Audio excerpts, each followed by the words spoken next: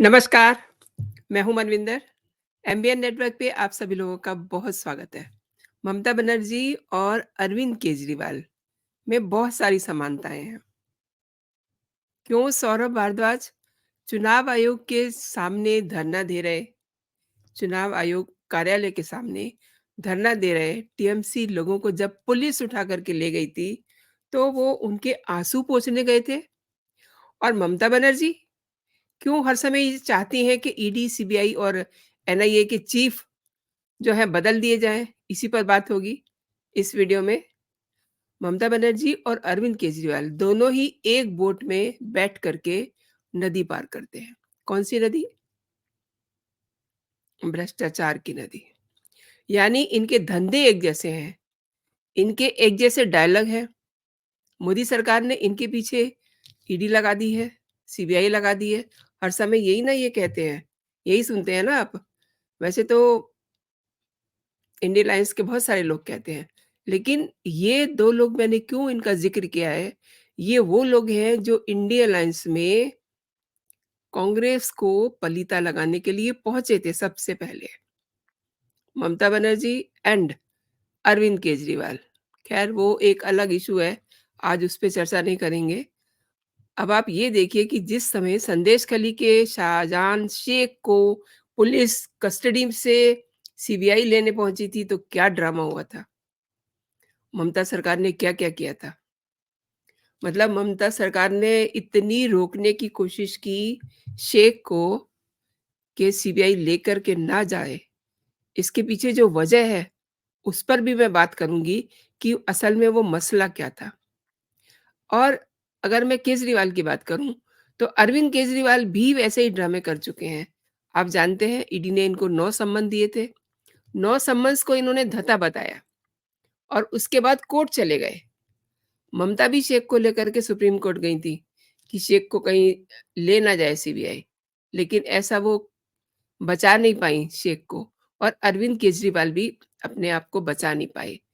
अब अरविंद केजरीवाल की बात करूँ, तो वो उसी दिन कानून की नज़र में चढ़ गए थे, जिस दिन अरविंद केजरीवाल ने कोर्ट में अपनी एप्लीकेशन लगाई थी एंड ईडी ने वो सारी फाइलें कोर्ट को दिखाई।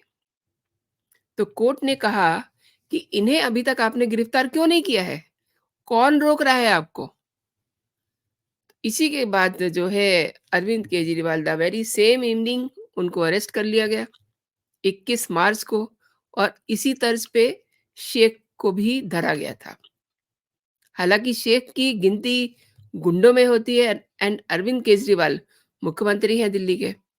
ये थोड़ा-सा उनमें फ़र्क है, लेकिन करतूतों की अगर बात देखें तो ममता दीदी और अरविंद केजरीवाल ऑलमोस्ट एक जैसी ही उनके क्या कहें उनको डिफाइन किया जा सकता है।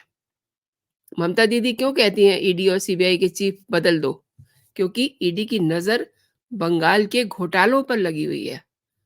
और सच्ची में मैं आपको बता रही हूँ कि ममता बनर्जी के शासनकाल में किस तरीके से सरकारी खजाने पर डाका डाला गया है और जनता की गाड़ी कमाई को लूटा गया है।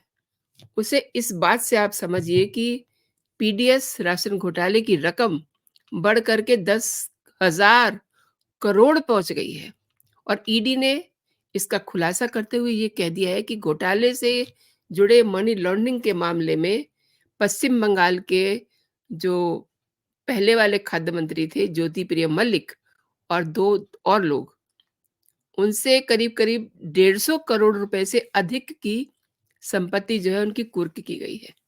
ये दोनों और उनके साथ 2 और लोग हैं, मल्लिक के करीबी हैं और सहयोगी हैं बकीरुर रहमान और तृणमूल नेता शंकर आध्या। ईडी ने इन तीनों को गिरफ्तार कर लिया है। यही नहीं, घोटाले का पैसा इन लोगों ने विदेश में भी भेजा। देखिए ममता क्यों चिल्लाती हैं? ममता को हर समय क्यों लगता है कि दंगा हो जाएगा, लोगों को पकड़ लिया जाएगा। ईडी उनके पीछे लगी हुई है। क्यों कहती हैं वो? इसीलिए कहती हैं। ईडी ने कहा कि जो जाँच की गई है, उसमें पश्चिम बंगाल में सार्वजनिक वितरण घोटाला करीब-करीब 10,000 करोड़ रुपए से अधिक का है। यू कैन इमेजिन मतलब कितने ज़ीरो लगते हैं। 10,000 करोड़ रुपए से अधिक और अपराध की आय को जो ज्योतिप्रिय मलिक हैं और उनके साथी जो हैं, वो दुबई और दूसरे देशों में ले गए। उस पैसे को वहाँ ट्रांसफ़र किया गया और ईडी ने 150 करोड़ रुपए से अधिक बाज़ार मूल्य वाली 48 और संपत्तियाँ जब्त की हैं, जिनमें सॉल्ट लेक है, बोलपुर के मलिक के आवास शामिल है। 27 अक्टूबर 2023 में ईडी ने जब मलिक को गिरफ्तार किया था, उनके साथ वो अभी भी न्यायिक हिरासत में हैं और ईडी ने घोटाले से जुड़ी कम से कम 101 प्रॉपर्टीज़ को सील किया था और कोलकाता में विशेष पीएमएलए अदालत से भी कॉन्टैक्ट किया था। अभी तक जब्त की गई कई बेनामी संपत्तियों में चावल मिल मलिक बकीबुर रहमान के नाम पर बेंगलुरु और कोलकाता में 2 होटल भी शामिल हैं। इतनी प्रॉपर्टी इतनी प्रॉपर्टी बंगाल पुलिस ने जो एफआईआर दर्ज की उसके आधार पे ईडी ने जो जाँच की उसमें उन्हें ये मिला कि कई निजी व्यक्तियों के पास पीडीएफ्स के माध्यम से राशन का यू नो अनधिकृत कब्ज़ा था और इसीलिए तो ममता दीदी कहती हैं कि ईडी, सीबीआई, एनआईए के जो सुप्रीमो हैं, उनको बदल दीजिए। अब आप देखिए कि मलिक ने करोड़ों रुपए से अधिक की अचल संपत्तियों में कुछ को अपने परिवार के जो उनके परिवार के नज़दीकी लोग थे, उनको गिफ्ट कर दिया और बाद में उन्हीं से ले लिया। यही तरीका होता है ना? अब अरविंद केजरीवाल एंड पार्टी, सुबह 10 बजे ही आतिशी मार लेना, सौरभ भारद्वाज, संजय सिंह, ये सब शोर मचाते हैं ट्विटर पे, अपने हैंडल से लाइव हो जाते हैं और कहते हैं कि मार दिया बस ईडी ने हमको मार दिया, बचाओ, बचाओ। यही कहते हैं, उसका लबो-लुआब यही होता है। और मनी ट्रेल के लिए कहते हैं कि मनी ट्रेल तो मिली नहीं है। अरे मनी ट्रेल कहाँ से मिलेगी? जब आपने पैसे को घर में लाए ही नहीं, आपने उस कैश को ही इधर-उधर कर दिया, तो मनी ट्रेल कहाँ से मिलेगी? और ईडी की शिकायत में ये भी कहा गया, मैं फिर से बंगाल के ऊपर आ रही हूँ। ईडी ने ये कहा कि सार्वजनिक वितरण प्रणाली के माध्यम से वितरण के लिए दिए जाने वाला राशन कुछ निजी व्यक्तियों के पास गैर कानूनी तरीके से पाया गया था और वे धान की फर्जी खरीद कर रहे थे, उसमें भी वो शामिल थे। अब देखिए बेईमानी के तरीके भी बदल गए हैं। अरविंद केजरीवाल भी तो ये कहते हैं कि मनी ट्रेल तो मिली नहीं। अब अरविंद केजरीवाल चूँकि आईआरएस ऑफिसर हैं, तो वो बहुत अच्छे से जानते हैं कि मनी को कैसे लॉन्ड्र करना है, इधर से उधर कैसे करना है, पता भी ना चले और अकाउंट में दिखे भी ना और उनकी जेब भी भर जाए। लेकिन उसी विभाग में जिस विभाग में अम, केजरीवाल ने काम किया है कई साल तक, उस विभाग की नज़र रहती है, वहीं से चीज़ें पकड़ में आती हैं और वो शायद उनको इस मुगालते में होंगे कि जो उन्होंने किया हुआ है, सही किया हुआ है। देखिए अभी ना तो वो पासवर्ड दे रहे हैं, मतलब वो एक अनोखे मुख्यमंत्री हैं। जैसे ममता दीदी हैं, ना तो अभी तक उन्होंने अपना पासवर्ड दिया है अपने फ़ोन का, ना उन्होंने अभी तक रिज़ाइन दिया है। व्हाई? For what? क्यों नहीं दे रहे हैं? क्योंकि उस फ़ोन में वो सारी ट्रेल रखी हुई है, जो जिसके पासवर्ड वो नहीं दे रहे हैं। इसके अलावा फिर से केजरीवाल पे आ गई हूँ मैं। इसके अलावा जिस समय केजरीवाल को घर से अरेस्ट किया गया था, तो उनके घर से कुछ और अ, डिवाइसेज़ भी अ, ईडी की टीम ने पिक किए थे। अब किसी के पासवर्ड वो दे नहीं रहे हैं, लेकिन कुछ ऐसी चीज़ें मिली हैं, जिससे ईडी का शक बहुत पक्का और मज़बूत हो रहा है क्योंकि उनके घर से ऐसे डॉक्यूमेंटेशन मिली है, जिससे ये पता चलता है कि ये कई दिनों से ईडी के जो वरिष्ठ अधिकारी हैं, उनके बारे में जानकारियाँ हासिल कर रहे थे। अब ये तो जानकारियाँ हासिल कर रहे थे अरविंद केजरीवाल, और वहाँ वेस्ट बंगाल में ममता जी क्या कर रही हैं, वो ये कह रही हैं कि उनके जो सुप्रीमो हैं, उनको आप बदल दीजिए, तभी हम बच पाएँगे, नहीं तो अपना बचना बहुत मुश्किल है। और सही में, देखिए पिछले दिनों संदेश खाली मामले में टीएमसी के जो जिन्हें इन्होंने बाद में निष्कासित कर दिया था, मतलब पहले तो इन्होंने गले से लगा के रखा था ना,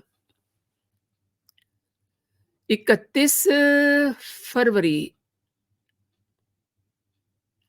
31 जनवरी, if I am not wrong. चलिए डेट कोई भी हो सकती है, लेकिन जिस दिन उसको अरेस्ट किया गया था, उससे पहले ममता दीदी की बड़ी कोशिश थी कि वो हत्थे ना चढ़े। लेकिन जब कोर्ट से ऑर्डर हो गया और बहुत सारा प्रेशर हो गया ममता दीदी की सरकार पे, जब उनकी सरकार पे बन आई, तो ममता दीदी ने पुलिस को कहा कि अब समय हो गया है, अब आप शेख को बाहर निकालिए और पुलिस को दीजिए। एंड शेख, क्या मतलब उसकी चाल थी, मैं तो वो वीडियो भूल नहीं सकती। किस तरीके से वो मतलब विक्ट्री का साइन करते हुए जा रहे हैं, जैसे कि उन्होंने एक किला फ़तेह कर लिया है, और अकड़ इतनी थी चाल में, ये बताता है ना कि उनके सिर पे किसका हाथ है। जब आदमी अकड़ के चलता है और पुलिस बेचारी उनके पीछे-पीछे चल रही थी, जैसे कि कोई बहुत बड़ा मंत्री जा रहा हो और पुलिस तो फिर पीछे ही रहेगी ना, इस तरीके का सीन था।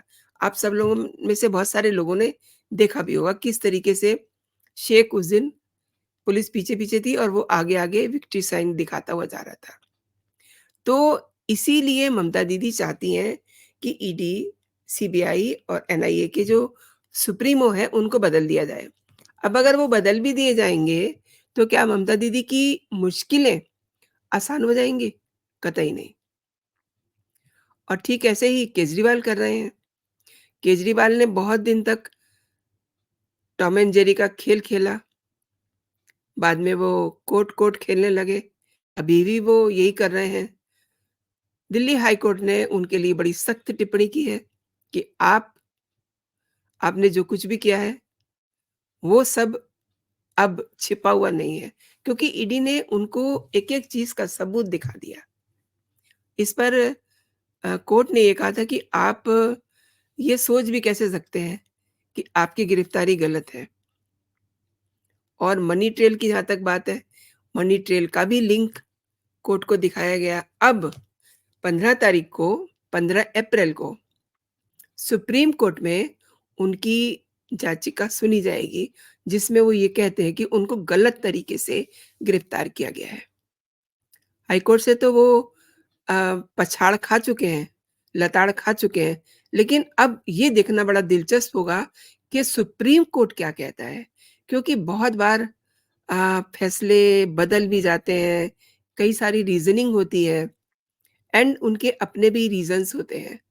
तो ये सब देखना बहुत दिलचस्प होगा, लेकिन एंड ऑफ दिस शो ये बात तो तय है कि अरविंद केजरीवाल और ममता बनर्जी दोनों एक जैसी सोच रखते हैं। आज ये शोर मच रहा है कि अरविंद केजरीवाल जेल में हैं, सलाखों के पीछे हैं, लेकिन उनकी सोच को कोई गिरफ्तार नहीं कर सकता। बहुत ही हास्यास्पद स्थिति है कि इतने सारे कुकर्म करके, इतने सारे कारनामे करके अभी भी वो कुतर्क दे रहे हैं। ख़ैर, अब ये सब चीज़ें कोर्ट डिसाइड करेगा कि उनके साथ क्या सलूक किया जाए। लेकिन मैं बात कर रही थी ममता दीदी की, तो ममता दीदी बिल्कुल एग्ज़ैक्टली उनकी वही सोच है जो अरविंद केजरीवाल की है। बस फ़र्क ये है कि वो महिला है, तो कई बार मैं ये भी सोचती हूँ कि एक महिला इतनी, इतनी ज़्यादा, मतलब आई एम सॉरी टू से करप्ट कैसे हो सकती है?